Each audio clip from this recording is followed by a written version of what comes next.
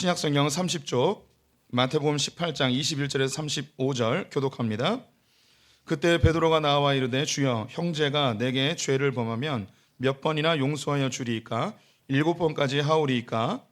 예수께서 이르시되 내게 이르노니 7번뿐 아니라 7번을 70번까지라도 할지니라. 그러므로 천국은 그 종들과 결산하려 하던 어떤 임금과 같으니 결산할 때에 40달란트 빚진 자 하나를 데려오매 갚을 것이 없는지라 주인이 명하여 그 몸과 아내와 자식들과 모든 소유를 다 팔아 갚게 하라 하니 그 종이 엎드려 절하며 이르되 내게 참으소서 다 갚으리이다 하거늘 그 종의 주인이 불쌍히 여겨 놓아 보내며 그 빚을 탕감하여 주었더니 그 종이 나가서 자기에게 100데나리온 빚진 동료 한 사람을 만나 붙들어 목을 잡고 이르되 빚을 갚으라 하매 그 동료가 엎드려 간구하여 이르되 나에게 참아 주소서 갚으리이다 하되 허락하지 아니하고 이에 가서 그가 빚을 갚도록 옥에 가두거늘 그 동료들이 그것을 보고 몹시 딱하게 여겨 주인에게 가서 그 일을 다 알리니 이에 주인이 그를 불러다가 말하되 악한 종아 내가 빌기에 내가 내 빚을 전부 탕감하여 주었거늘 내가 너를 불쌍히 여김과 같이 너도 내 동료를 불쌍히 여김이 마땅하지 아니하냐 하고 주인이 노하여 그 빚을 다 갚도록 그를 옥졸들에게 넘기니라. 함께 읽습니다. 너희가 각각 마음으로부터 형제를 용서하지 아니하면 나의 하늘 아버지께서도 너희에게 이와 같이 하시리라. 아멘. 오늘도 주의 보좌 앞으로 나오신 성도님들에게 하나님의 은혜와 평강이 함께 하시기를 축원드립니다. 예, 우리는 2025년 하나님의 성품을 닮아가자라는 주제로 말씀 나누고 있죠. 한 달에 하나씩 핵심 주제를 삼아서 인사 나누고 있습니다. 올해는 6월 달은 화해를 주제로 삼았고 옆 사람과 이렇게 인사하겠습니다. 그럴 수 있습니다. 그럴 수 있습니다. 감사합니다. 오늘은 화해에 앞서서 이제 용서에 대한 이야기를 함께 나눠보도록 하겠습니다. 저는 지난 토요일에 어제죠 미용실에 다녀왔습니다. 제가 늘 가던 미용실인데요. 미용사분이 3분이나 혹은 2분이 있습니다. 그래서 자리에 앉았고 그 미용사분이 저에게 이렇게 이야기했습니다. 스포츠로 잘라드릴까요? 라고 했죠. 제 머리가 짧긴 하지만 스포츠는 아니지 않습니까? 그래서 스포츠라는 말에 당황을 했고 저는 이렇게 대답했습니다. 그냥 짧게 다듬어만 주세요 라고 이야기했죠. 그랬더니 그 미용사분이 그럼 기르시려고요? 라고 하는 거예요. 아니 기르려고 하는 건 아니고 지난번에 너무 짧아가지고 조금만 이렇게 다듬어 주세요라고 이야기했습니다. 저는 미용실에 가면 앉자마자 눈을 감아버립니다. 잠을 자죠. 좀 자르시더니 이 미용사분이 저를 툭툭 치더니 이 정도면 될까요?라고 하면서 보여주시는 거예요. 근데 진짜 그냥 다듬어만 놓으신 거예요. 아니요, 좀 더 짧게 잘라주세요라고 했더니 그분이 약간 짜증 섞인 말로 처음부터 똑바로 얘기하셔야죠라고 이야기한 거예요. 그러니까 저도 갑자기 짜증이 확 나더라고요. 그래서 막 뒤집어 엎어버려? 이런 생각도 들었죠. 그런데 저는 마음이 온유하고 겸손한 자이기 때문에 그렇게 하지 못하고 제가 다시 대답했습니다. 처음 하고 싶은 대로 해주세요라고 이야기했죠. 아주 짧은 대화였지만 자칫 이것이 큰 싸움으로 번질 수도 있고 또 서로에게 큰 상처가 될 수 있는 그런 상황이 될 수도 있었습니다. 이런 일이 저에게만 있는 게 아니고 여기 성도님들 인간관계 속에서 수없이 일어나는 것이 인간 사이에서의 갈등과 다툼, 싸움, 서로의 상처 이런 것의 연속이죠. 제가 처음부터 제대로 이야기하지 못한 것 때문에 미용사분이 짜증이 났고 상처가 되었다면 또 그분의 그 반응이 저에게 상처가 되고 저에게 짜증이 되어질 수도 있습니다. 서로가 서로에게 상처를 주고 상처를 받기도 하고 어떤 이들은 그런 게 다 인생이다라고 이야기는 하지만 이런 상처와 혹은 손해 그런 다툼 속에서 우리가 살아가는 게 결코 쉽지는 않습니다. 우리 인생 전체가 그런 다툼의 연속인 것 같아요. 그래서 많은 목사님들이 성도님들과 상담할 때 자주 듣는 이야기가 뭐냐면 목사님 저는 정말 이제 더 이상 참을 수가 없어요. 이번엔 도저히 용서가 안 돼요. 이런 이야기들로 상담을 이어갈 때가 많이 있습니다. 저 역시 이런 성도님들을 여러 만나 보았죠. 우리는 직장에서, 가정에서, 또 심지어 교회에서 많은 갈등과 다툼을 경험하게 됩니다. 그 가운데 용서할 수 없는 그런 상처를 받기도 하죠. 때로는 너무나 친밀해야 될 부부의 관계나 부모 자식과의 관계에서도 씻을 수 없는 상처로 평생 원수처럼 용서하지 못하고 살아가는 경우도 있습니다. 때로는 전혀 알지 못하는 사람에게 언어적 공격을 받을 때도 있죠. 운전할 때 폭언을 쏟아내는 상대방이 있거나 혹은 상점에 갔는데 불친절한 그런 고객, 불친절한 그 점원 혹은 갑질을 하는 고객들로 인해서 서로가 서로에게 상처와 상처를 받는 갈등의 연속이 우리의 인생인 것 같습니다. 그런 세대 속에서 주님은 우리에게 이제 용서를 제시하시는데요. 오늘 이 본문에 용서의 주제가 나오는데 베드로의 질문으로부터 시작이 됩니다. 베드로는 예수님에게 이렇게 질문하죠. 예수님께서 이제 용서의 중요함을 얘기했는데 도대체 그렇다면 용서를 몇 번까지 해야 되는 겁니까? 예수님 7번까지 용서해야 되는 겁니까? 라고 이야기를 했습니다. 이 베드로가 왜 이 질문을 했는지 그 배경은 언급되어 있지 않습니다. 근데 충분히 우리가 예상할 수 있죠. 예수님은 12명의 제자들과 늘 함께 다녔고요. 또 그 외에 70여 제자들도 있었고 수많은 무리들이 예수님을 늘 쫓아다녔습니다. 그 가운데 이 베드로가 인간관계 속에서 왜 상처가 없었겠습니까? 수제자로서 그 12명을 거느리는 것 자체도 굉장히 좀 힘든 과정이었겠죠. 이 12명이 다 마음에 들었을까요? 그렇지는 않았을 것 같아요. 마음에 드는 사람도 있지만 경쟁 관계에 있기도 하고 자기에게 뭔가 무시하는 듯한 언행을 하는 사람도 있는 것 같고 뭘 시키면 제대로 일을 안 해서 짜증이 막 나는 그런 제자들도 있었을 거예요. 그래서 속으로 생각할 때 내가 2번만 봐준다, 2번만 봐준다, 한 번만 더 있다 이러면 내가 진짜 다 엎어버린다, 막 이런 생각, 아마 감정이 이입되네, 막 이런 생각이 막 들겠죠.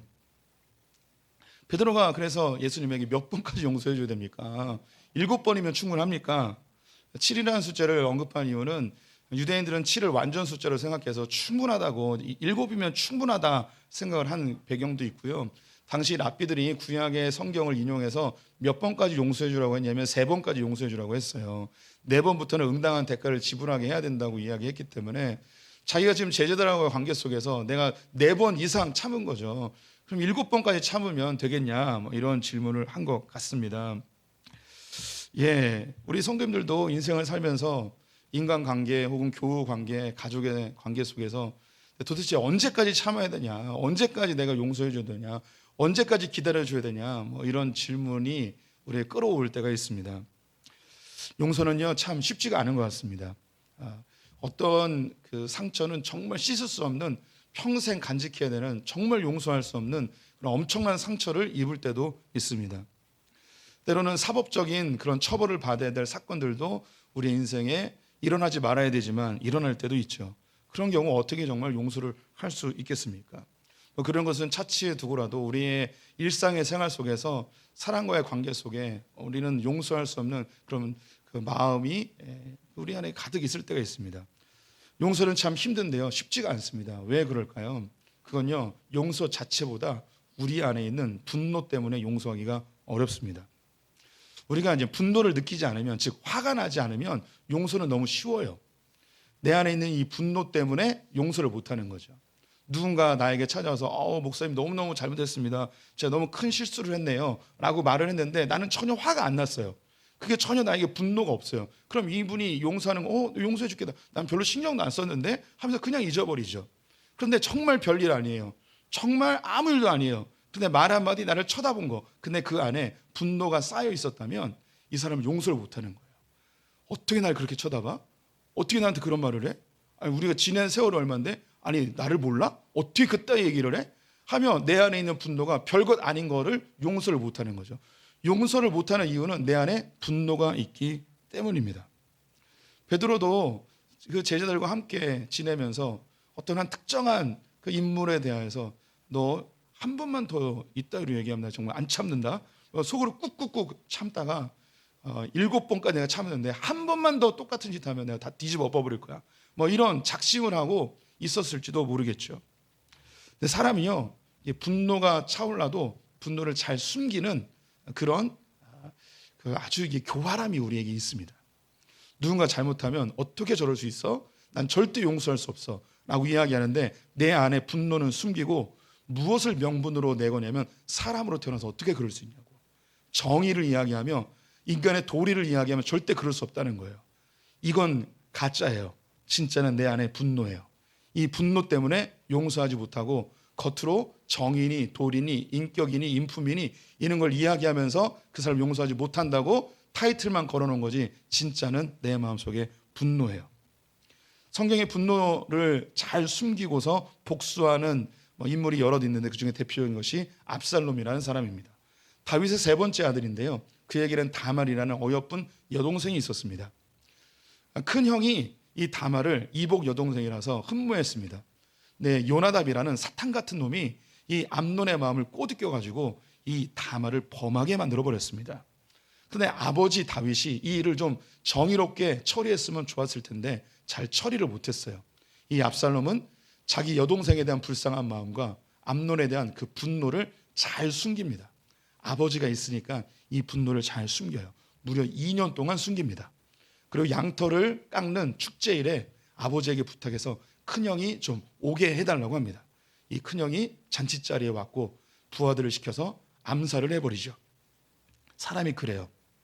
그 사람을 용서하지 못하는 것은요, 내 안에 숨겨져 있는 사람들에게 들키지 않은 이 분노가 사람을 용서하지 못하는 근본적 이유입니다. 예수님께서는 이렇게 용서에 대하여 질문한 베드로에게 답을 해주시는데요, 7번만 용서하는 게 아니라 7번에 70번을 용서라고 합니다. 7번에 70번, 숫자적으로는 490번인데요 예수님이 이야기하신 것은 숫자적인 개념이 아닙니다. 이것은 계산하지 말고 그 수에 제한되지 말고 끊임없이 용서해 주라는 예수님의 명령입니다. 이것이 가능할까요? 어떤 누군가에 대해서 끊임없이 용서해 주는 것, 이게 가능하냐 말이죠. 불가능해 보여요. 어떻게 끊임없이 용서해 주지?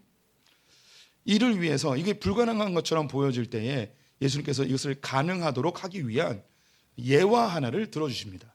이 예화는 우리 성도님들이 잘 아시는 1만 달란트 빚진 자에 대한 이야기이죠. 한날에 임금이 있었습니다.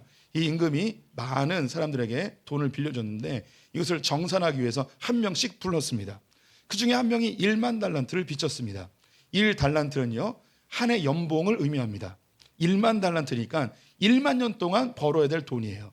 이것은 그냥 상징적인 숫자예요. 인간으로서는 도저히 갚을 수 없는 어마어마한 빚을 진 사람이라는 것이죠. 이 사람 불러왔어요. 돈을 못 갚는다는 거예요. 그러면 너 네 몸도 팔고 처자식 다 팔아서 이 돈을 갚고 감옥에 가라 이야기한 거죠. 내 사정 좀 봐달라고, 나를 좀 불쌍히 여겨달라고 하자 이 임금이 그래, 너 사정이 딱하니까 내가 네 돈 안 받겠다. 그리고 풀어줍니다. 근데 1만 달란트 빚진 자가 길을 가다가 100데나리온 빚진 친구를 만났습니다. 100데나리온이라 하면 100일 동안 일하는 품삯이에요. 1데나리온이 하루 품삯이거든요. 요즘으로 이야기하면 한 3개월치 봉급되는 거죠. 3개월치 봉급은요 안 먹고 안 쓰면 어느 정도 갚을 수가 있어요. 그런데 1만 달란트 탕감받은 이 사람이 100데나리온 빚진 친구를 만나서 멱살을 잡고 내 돈 갚아 내 돈 갚아 하며 협박을 하는 겁니다. 너 돈 안 갚으면 감옥에 쳐넣을 거야. 그런데 자기는 돈이 없다는 거예요. 조금만 말미를 주면 반드시 갚겠다고 약속을 하는데 너 안 되겠구나. 경찰서 유치장에 쳐넣어 버렸습니다. 이걸 보았던 다른 동료들이 임금님에게 가서 이 상황을 얘기한 거죠. 그래서 임금이 이 배은만득한 놈 1만 달란트 빚졌는데 100데나리온도 이것을 탕감해 주지 못하냐, 이런 악한 놈을 보았나 하며 감옥에 쳐넣는 이야기입니다. 이 이야기가 용서와 무슨 연관이 있는지 그 메시지를 오늘 함께 세 가지를 나눠보도록 하겠습니다.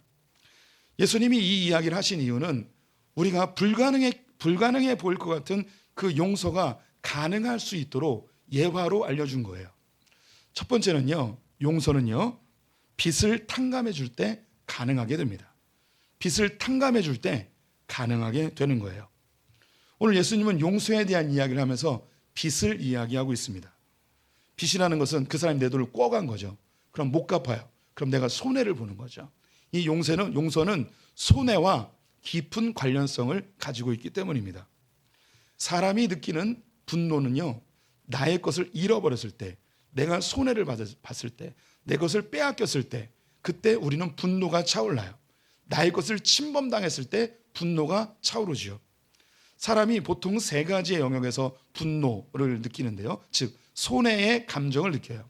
첫 번째는 시간의 손해이고요, 두 번째는 재정의 손해, 세 번째는 감정의 손해입니다. 우리는 약속 시간을 어겨서 나로 하여금 2시간, 3시간 더 많은 시간을 기다리게 하는 그 사람에 대해 분노합니다.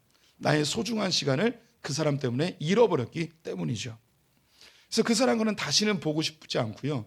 나에게 시간의 손해를 준 사람에 대해서 우리는 분노하죠. 연인 사이에서 헤어지게 되면 헤어짐 자체가 힘든 게 아니고 이 사람과 지내왔던 그 모든 시간들이 물거품이 됐다는 시간의 손해가 사람을 굉장히 분노하게 합니다. 재정의 손해, 이것은 뭐 말할 필요도 없죠.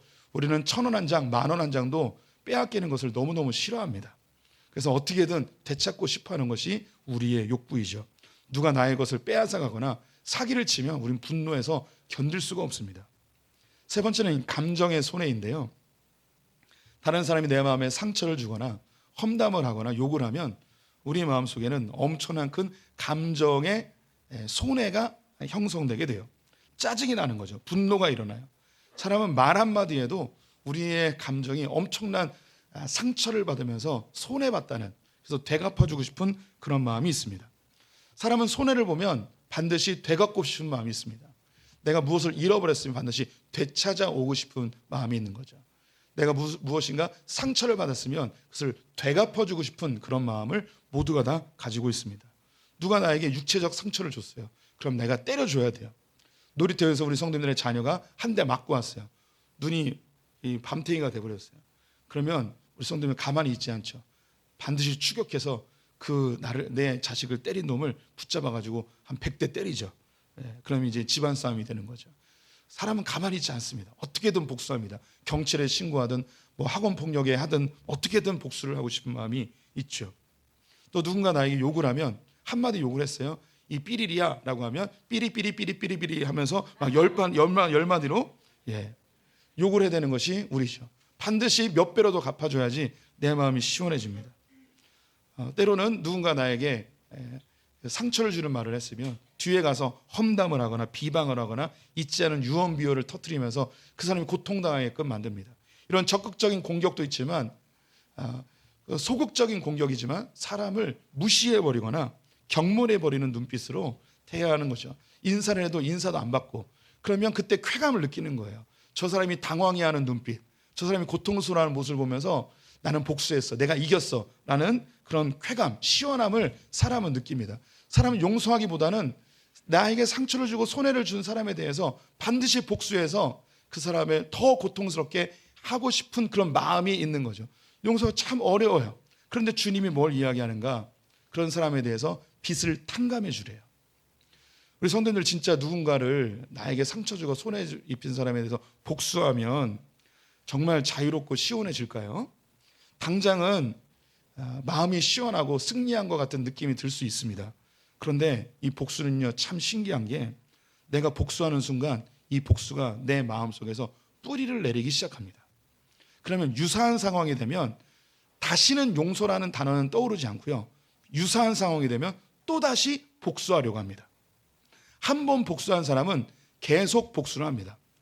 예를 들어서 차를 운전하면서 주차 시비나 혹은 끼어들기 시비가 있으면 그때 다투잖아요. 그러면 한 번 다투기 시작하면 유사한 상황이 되면 계속 다투는 거예요. 습관처럼 이 분노를 표출하는, 복수하는 마음이 계속해서 나오는 거죠. 그래서 이 복수가 내 안에 뿌리를 내리기 시작하면 이 복수가 나를 지배해버리기 시작하죠. 얼마 전에 넷플릭스 드라마의 광장이라는 것을 봤습니다. 이게 그 스포일러를 말하는 게 돼버리긴 하는데, 이 영화는 자기 동생이 죽은 것 때문에 그냥 복수하는 영화예요. 처음부터 끝까지 그냥 복수예요. 이 사람이 다른 해결의 방법은 없어요. 오직 한 가지, 복수밖에 없죠. 왜냐하면 그는 깡패이기 때문에 이전까지 그는 문제 해결을 늘 복수로 해왔어요. 그럼 지금 또 문제가 생겼으니까 복수밖에 해결의 방법이 없는 거죠. 그래서 그의 삶에 복수가 연속되고 맨 마지막에는 이걸 안 본 사람들은 어떡하죠? 죽어요, 주인공이. 예. 죄송해요. 설교를 위해서 어쩔 수 없었어요. 죽어요. 죽어요. 칼 맞아 죽어요. 죽어요. 이게 복수의 끝이에요. 우리는요, 내 안에 분노가 차올랐고 용서하지 않으면 복수를 해요. 복수하면 마음이 시원할 것 같은데 이 복수는 내 안에 뿌리를 박기 시작하고 유사한 상황이 되면 우리는 계속해서 복수만 하다가 내 인생이 복수의 지배를 당하게 됩니다. 예수님께서는 이런 우리의 인생에 대해서 복수가 우리를 지배하지 못하도록, 다른 말로 용세가 나를 지배할 수 있도록 빚을 탕감해 주라고 합니다. 이 임금님은요 1만 달란트 빚진 자의 빚을 탕감해 주었습니다. 반면에 1만 달란트 빚진 자는 100데나리온 빚진 자를 탕감해 주지 않았죠. 이 두 사람의 그 결국은 완전히 달라집니다. 우리의 삶에서 그러면 빚을 탕감해 주는 게 무엇인가? 손해를 감수하는 거예요. 됐어. 그 정도 없어도 돼. 그 1, 20만 원 땡겼어? 괜찮아. 나 그거 없어도 살 수 있어. 그 사람 좀 늦었네. 내가 한두 시간 이거 괜찮아. 내가 이거 인생 전체를 비하면 점에 불과해. 괜찮아. 하며 이 손해를 감수하기로 결정하는 거죠. 우리 인생은요, 우리에게 주어진 그 삶을 완벽하게 빽빽하게 100% 살 수가 없어요. 그럼 너무너무 답답하죠. 그래서 우리 인생에는 빈 공간이 늘 필요합니다. 이걸 여가라고도 이야기하고, 그리고 여백이라고도 표현을 하죠. 우리 인간관계 속에서 누군가는 손해를 봐야만 여백이 생겨요. 그런데 모든 사람들이 손해를 보려 하지 않고 내가 조금만 손해봐도 반드시 복수해서 더 얻어내려 하는, 빚을 탕감해 주려 하지 않는, 즉 손해를 보려 하지 않는 이 마음이 온 세상을 강팍하게 만들어 버립니다. 그래서 우리의 삶에 윤활유 같은 역할을 하는 게 뭐냐면 손해의 마음이에요. 누군가 손해를 봐야만 이것이 윤활유처럼 돌아가게 되어 있죠. 이 부분에 대해서 주님은 우리 크리스찬들에게, 우리는 하늘에 있는 모든 것을 소유한 자들이기 때문에 우리가 조금 손해보고 살라고, 빚을 좀 탕감해 주라고, 그거 되찾아오지 않아도 된다고, 그 정도는 없어도 살지 않냐고 우리에게 이야기하면서 빚을 탕감해 주래요. 저는 이것을 손해의 낭만이라고 표현합니다. 손해는 우리를 낭만적으로 만들어요. 삶을 부드럽게 만들어주는 거죠. 모든 사람 난 절대 손해 안 봐 라고 생각하면 우리는 다 메말라 버리게 됩니다. 저는 사업을 해보지 않았지만 사업을 잘 하시는 분들의 이야기를 들어보면요, 사업을 하다 보면 손해를 봐야 되는 그런 상황이 있대요. 이게 로스라고 표현하더라고요. 거래처에서 돈을 못 받을 때도 있고요, 내가 손해를 보고 거래를 해야 될 때도 있어요. 이익을 못 보는 거래도 있을 수 있어요. 그런데 여기서 악착같이 이득을 얻으려고 하면 더 큰 것을 잃어버리는 경우가 있다는 거죠. 사업을 잘하는 분들은 이건 손해보는 거, 로스는 로스로 처리하고 더 집중해야 될 것에 집중을 하는 지혜를 갖고 있더라고요. 인간관계도 마찬가지예요. 성도들 안에서도요, 10년, 20년 동안 함께 신앙생활하며 너무 좋았던 관계들이 있어요. 정말 20년 동안 한 번도 안 싸우고 너무 좋았는데 어느 순간에 그 사람이 한 마디 때문에 내 마음에 상처가 되면서 어떻게 나한테 이럴 수 있냐고, 우리가 지나온 세월이 얼마나 되는데 어떻게 나한테 이럴 수 있냐고 하면서 상처를 확 받고 그 사람과의 관계를 딱 단절해버리는 경우가 있습니다. 20년 동안 너무 좋았는데 한마디에 모든 걸 깨버리는 거죠. 20년을 치자면 지나온 세월이 99%예요. 아니 99.9%죠. 그런데 0.1% 때문에 이 모든 관계가 깨져버리는 경우가 굉장히 많아요. 사랑 관계 속에서 9가지가 다 좋아요. 싫은 거 하나 때문에 9가지를 다 잃어버리는 거죠. 우리는요, 이 싫은 거, 부족한 거, 연약한 거 하나 손해보고 나머지 9에 집중을 해야 되는데 이걸 못하고 자꾸 내가 손해 안 보려고 완벽한 관계, 완벽한 삶, 완벽한 이익, 이것만 추구하다가 많은 것을 잃어버립니다. 그래서 주님은 우리에게 괜찮아, 하나 잃어버려도 돼, 2개 괜찮아, 3개도 괜찮아, 우리에게 손해의 낭만을 알려주고 싶어 하시는 거죠. 용서는요, 빚을 탕감해 줄 때 가능해집니다. 2번째는요, 불쌍히 여기는 마음이 있을 때 용서가 가능해집니다. 오늘 본문에 보면요, 임금은 1만 달란트 빚진 자를 불쌍히 여겨 탕감해 주었다고 이야기합니다. 근데 1만 달란트 빚진 자는 100데나리온 빚진 자를 불쌍히 여기지 않았어요. 그냥 있는 그대로 법대로 하겠다는 거죠. 불쌍히 여긴다는 것은 요즘의 언어로 공감이라는 단어와 매우 흡사합니다. 공감은 상대방의 입장에서 생각해 보는 거예요. 이 공감은 동정심하고 달라요. 우리 성도님들 그림 중에 캐리커처라고 들어보셨죠? 사람의 특징을 부각시켜서 누구인지 알아볼 수 있도록 하는 그림을 캐리커처라고 합니다. 잘 모르시는 분들을 위해서 예시를 가져왔습니다. 누군지 한번 맞춰보십시오. 교육자 중에 한 명입니다. 첫 번째 그림입니다. 누굴까요? 네, 삼부 예배분들은 잘 모르는데 중고등부를 담당하고 있는 송진영 목사님과 그의 부인입니다. 이건 좀 어려웠고요. 난이도 낮은 질문을 해드리겠습니다. 다음 그림. 예, 김상훈 목사님. 더 쉬운 문제. 다음. 네, 접니다. 왜 웃죠? 예, 그렇게 못생겼나요? 예, 머리 모양이 비슷해서. 예. 이 캐리컬처는요, 사람의 다양한 그리고 입체적인 모양을 표현하기보다는 그 사람의 두드러진 특징만 단편적으로 그려주는 것이 캐리커처이죠. 우리는 사람을 볼 때요, 자기 자신에게 대해서는 매우 입체적으로 봅니다. 3차원적으로 봐요. 그런데 상대방에 대해서는 매우 1차원적으로 단편적으로 보죠. 내가 어떤 실수를 하거나 어떤 말이나 어떤 태도를 취할 때 우리 스스로는 왜 이런 행동을 했는지 입체적으로 이해를 해요. 내 자신이. 나는 어릴 때부터 연약해서 이렇게밖에 할 수 없어요. 자기의 과거와 연결시켜서 현재를 입체적으로 해석하죠. 지금 상황이 너무 어려워서요, 어쩔 수가 없어요. 지금 처해 있는 상황과 나의 언행을 종합적으로 평가하는 것이 나예요. 요즘 너무 힘들어서요, 내가 이렇게 표현했네요 라고 자기 자신을 입체적으로 해석하죠. 그런데 상대방이 그런 얘기하면 어떻게 나한테 이럴 수 있어? 어떻게 그런 말을 할 수 있어? 그 사람의 배경과 살아온 삶과 지금의 처한 상황에 대해서 입체적으로 보지 못하고 그냥 단편적으로 나에게 서운한 말, 섭섭한 말, 이거 한마디 했다고 이것만 가지고 널 절대 용서할 수 없어 라고 해버리는 것이 우리 인간입니다. 그래서 주님이 우리에게 사람을 대할 때 불쌍히 여기라고, 즉 종합적으로 좀 살펴보라고 권면하고 있습니다. 제가 대학교 3학년 때인가 4학년 때 서울에서 어떤 볼일을 보고 집이 평택이었기 때문에 기차를 타고 내려갔습니다. 저는 영등포에서 탔는데 저는 창가 쪽 열차를 좋아해요. 그때 무궁화호를 탔는데요. 그래서 티켓을 가지고 제 자리를 찾아갔는데 중년의 신사분이, 아저씨가 술에 취해서 제 자리에 앉아 있었어요. 그래서 제가 얘기했죠. 아저씨, 자리가 바뀐 것 같은데요? 라고 했더니 이 아저씨가 말이 끝나자마자 욕을 쏟아붓는 거예요. 막 짜증을 내면서, 이런 싸가지 없는 놈. 제가 좀 순화해서 얘기하는 거예요. 저는 원래 입이 거룩한 자여서 그렇게 거친 욕을 할 수가 없어요. 네. 막 욕을 쏟아부는 거죠. 그래서 저는 참았죠.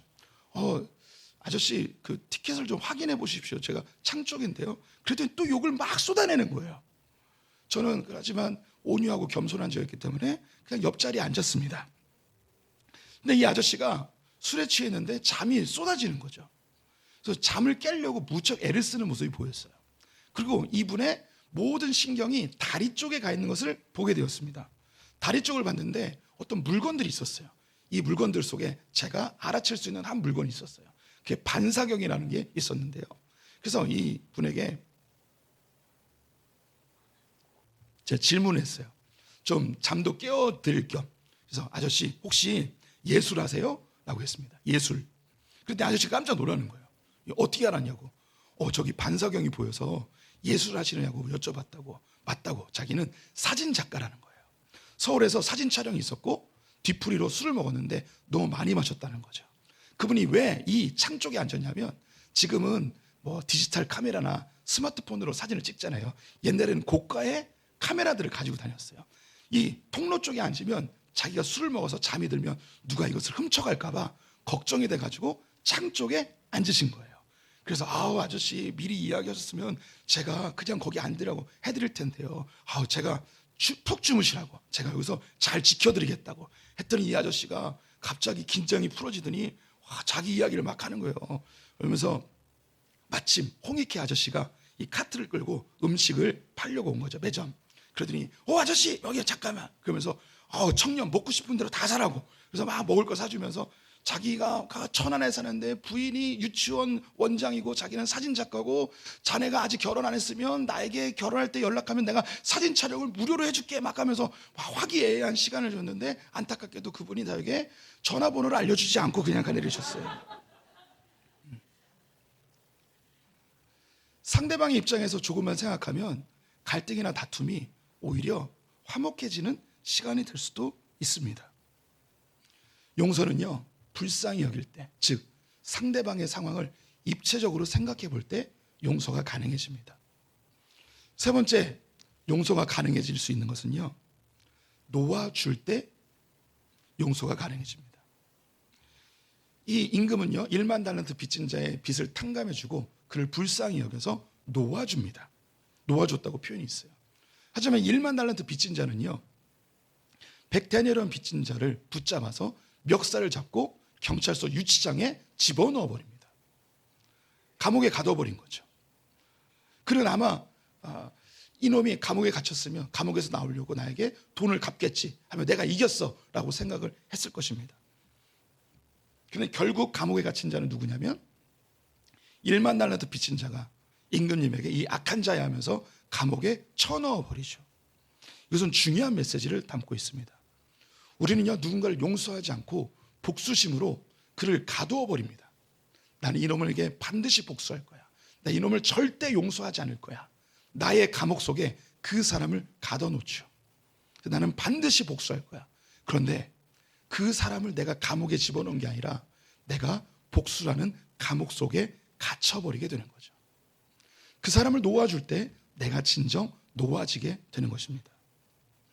제가 미국에서 유학할 때 같이 페인트를 칠했던 한 목사님, 후배 목사님이 있었어요. 이 목사님은 아주 곱게 생겼어요. 그리고 굉장히 뭐랄까요, 좀 여성스럽다고 할까요? 그런 외모를 가지셨어요.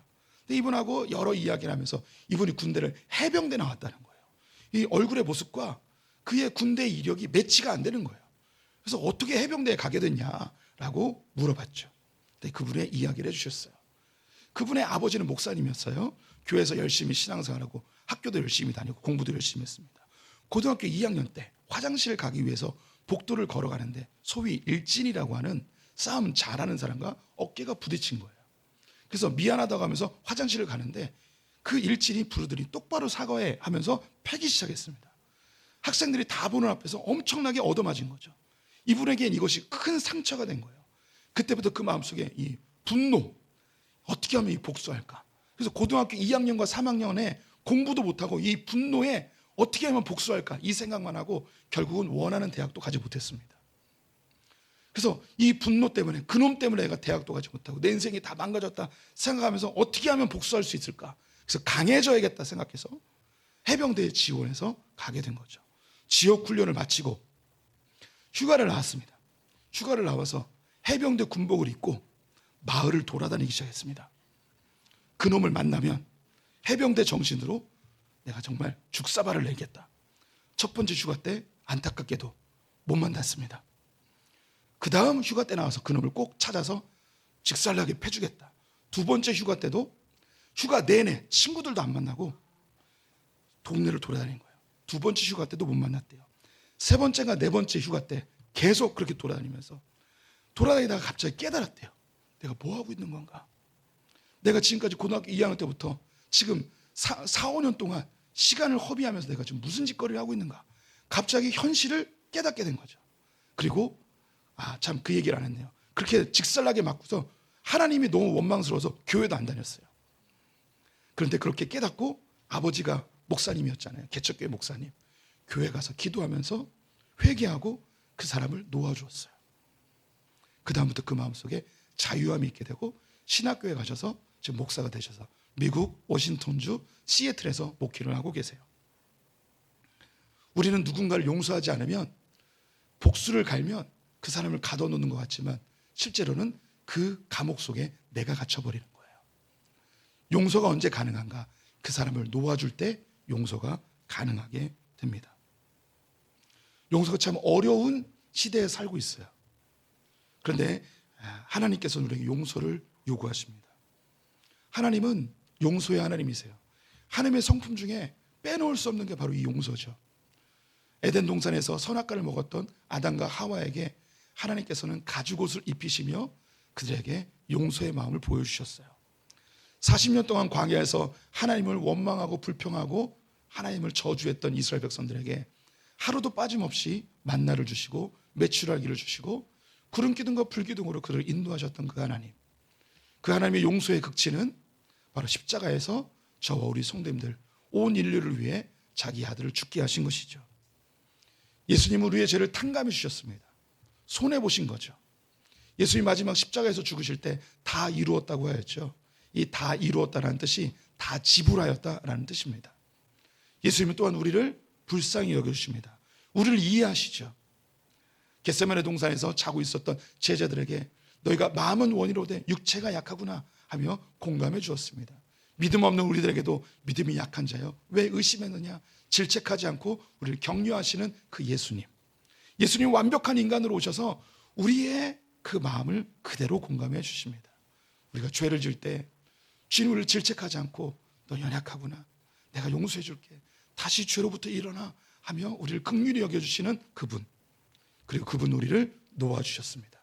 우리를 감시하거나 질책하거나 가두어 주거나 조금이라도 나쁜 일하면 내가 너를 벌 줄 거야 라고 하지 않고 내가 온 것은 너에게 자유를 주기 위해 왔다. 진리 안에 너희가 자유하라 하며 우리를 놓아주고 우리가 자발적으로 주님을 따를 수 있도록 우리에게 참된 자유를 허락해 주셨습니다. 예수님께서 그리고 하나님께서 우리에게 용서의 모범을 보이셨듯이 우리도 용서할 수 있어요. 주님은 우리가 가능한 것만 시켜요. 7번에 70번, 490번 그 이상도 우리는 할 수 있어요. 이 용서가 가능한 이유, 우리가 손해보기로 작정하면 돼요. 우리가 상대방에 대해서 입체적으로 생각해 주면 돼요. 그리고 우리가 그 사람을 복수하지 않고 놓아주면 우리는 충분히 7번에 70번도 용서할 수 있습니다. 우리 에베소서 4장 말씀 읽으며 설교를 마무리하겠습니다. 서로 친절하게 하며 불쌍히 여기며 서로 용서하기를 하나님이 그리스도 안에서 너희를 용서하심과 같이 하라. 기도하겠습니다. 지금 우리 주 예수 그리스도의 은혜와 하나님 아버지의 무한하신 사랑과 성령의 교통하심이 하나님의 무한하신 사랑에 용서받은 우리의 지체들의 연약하고 부족한 하지만 별것 아닌 그 실수와 연약함을 용서할 수 있기로 결정한 소풍의 모든 성도들 가운데 지금부터 영원토록 함께 있을지어다. 아멘.